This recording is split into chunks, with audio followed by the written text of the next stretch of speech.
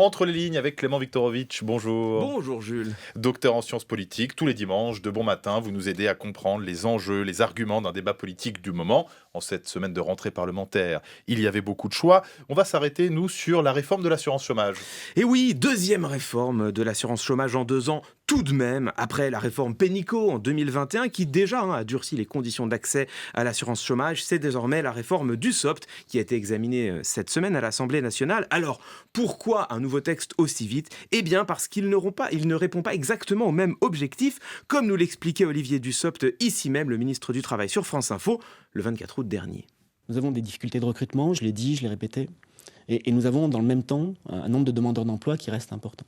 L'objectif que nous avons est très simple, c'est faire en sorte que lorsque l'économie va bien, lorsque des emplois sont créés, lorsqu'il y a des difficultés de recrutement, les règles d'indemnisation soient plus incitatives à la reprise du travail. Et c'est aussi de faire en sorte que lorsque l'économie va moins bien, lorsque des emplois sont supprimés, ces règles soient plus protectrices.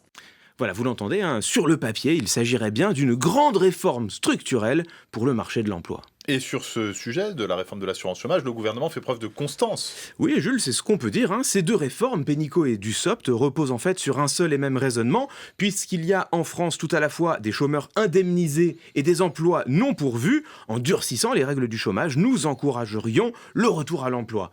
Il y a un problème tout de même, c'est que le marché du travail, et il faut le dire, n'est pas tout à fait homogène. Olivier Dussopt se réfugie derrière une formule qui est simple en apparence. Quand l'économie va bien, on durcit les règles. Mais quand elle va bien, où ? En France, en ce moment, on a des difficultés de recrutement, c'est tout à fait vrai, dans certains secteurs, le transport, le bâtiment, la restauration. Mais dans le même temps, on observe des vagues de licenciements dans l'industrie, par exemple. Vous voyez bien le problème, si on se concentre sur des indicateurs nationaux pour moduler les règles de l'assurance chômage, on va accroître la précarité de travailleurs qui sont déjà fragilisés dans leur domaine par la conjoncture économique. Mais n'y aurait-il pas là tout de même quand même un outil, une bonne solution peut-être pour améliorer globalement l'emploi ? Eh bien Jules, en fait, ça n'a absolument rien de certain. L'hypothèse sur laquelle repose toute cette réforme, c'est que les chômeurs indemnisés auraient tendance à profiter un petit peu de leurs allocations pour, disons-le, se la couler douce. Le problème, c'est que cette idée a été réfutée à maintes reprises. Soyons clairs, qu'il y ait ici ou là quelques fraudeurs et que ces fraudeurs doivent être sanctionnés, c'est une évidence. Mais si vous regardez la situation dans sa globalité, elle est limpide. D'après les chiffres officiels de Pôle emploi, 92% des chômeurs indemnisés cherchent activement un emploi. Dans une tribune publiée il y a 2 semaines dans le journal Le Monde, 3 chercheurs spécialistes des politiques sociales estiment, en se fondant sur des études universitaires, que, je cite, « réduire le montant ou la durée des allocations chômage n'améliore pas le niveau global de l'emploi.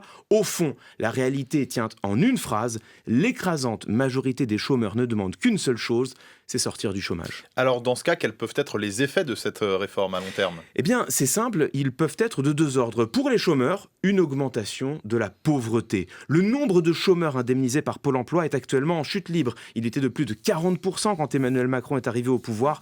Il n'est plus que de 36%. Ce sont autant de chômeurs qui ont été rejetés dans la précarité. Et là encore, ce sont des chiffres officiels. Pour l'État, en revanche, la conséquence est simple.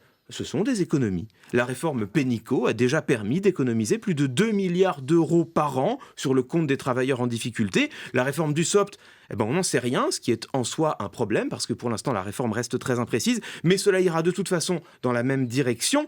Et en même temps, rappelons qu'Emmanuel Macron poursuit sa politique de suppression d'impôts pour les entreprises, la suppression de la CVAE qui est en ce moment sur la table. Au fil des années, cela représente désormais des centaines de milliards d'euros en moins dans les caisses de l'État, une asymétrie criante qui, je crois, devrait nous interroger. Mais quelle peut donc être la conclusion ? C'est qu'il n'y a pas besoin d'une telle réforme de l'assurance chômage ? Eh bien, au contraire, Jules, je pense qu'il y a cruellement besoin d'une réforme de l'assurance chômage et j'aimerais vous citer un dernier chiffre. On a appris cette semaine de la part du ministère du Travail qu'au moins un quart et peut-être même la moitié des chômeurs qui pourraient prétendre à des allocations chômage n'y ont pas recours. Ils ne les demandent tout simplement jamais. Pourquoi ?